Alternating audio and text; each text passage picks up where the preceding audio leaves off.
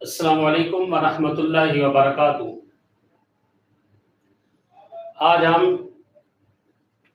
7 ایسی چیزیں پڑھیں گے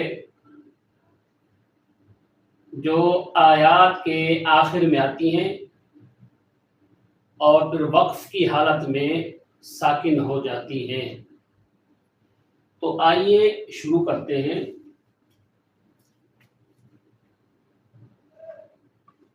7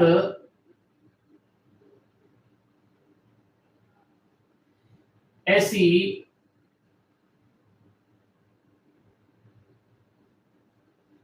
چیزیں ہیں 7 ایسی چیزیں ہیں جو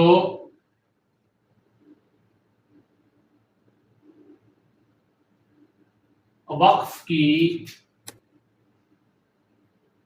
حالات میں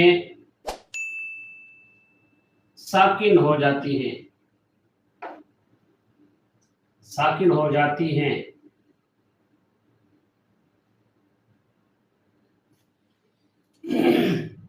یہ جو چیزیں ہیں یہ یاد رکھنے والی چیزیں ہیں۔ یہ یاد رکھنے والی چیزیں ہیں، پوری زندگی میں آپ کو کام آنے والی چیزیں ہیں۔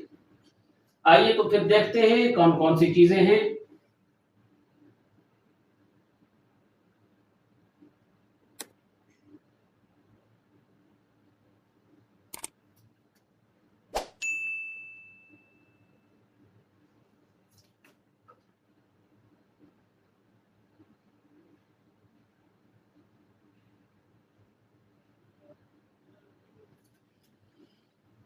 ایسے سمجھو کہ ہمارے پاس 3 خاندان ہیں۔ پہلے خاندان میں زبر، زیر، پیش۔ دوسرے خاندان میں 2 زبر، 2 زیر، 2 پیش۔ تیسرے خاندان میں کھڑی زبر، کھڑی زیر، الٹا پیش۔ پہلے خاندان میں زبر، زیر، پیش۔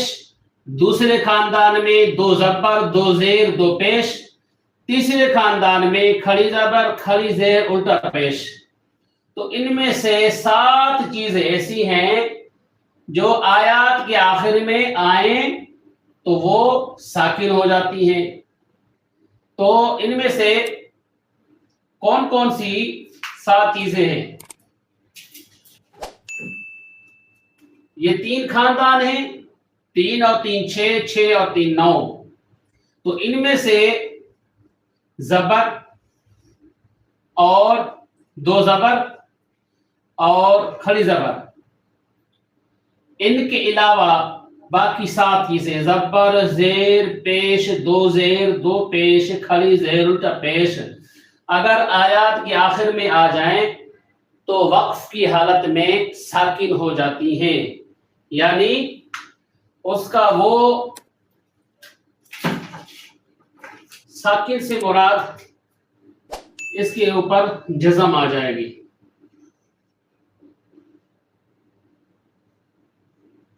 دوسرا معنی اس کا ساکن۔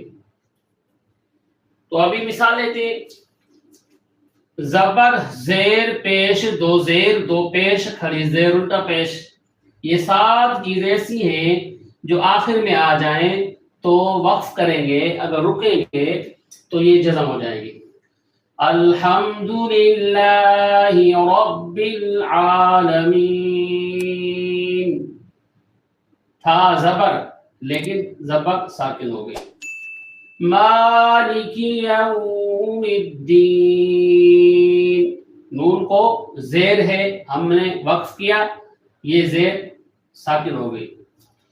ایاک نعبد و ایاک نستعین، یہ پیش کی مثال، آخر میں پیش آیا، ہم نے وقف کیا تو وقف کی حالت میں یہ ساکن ہو گیا۔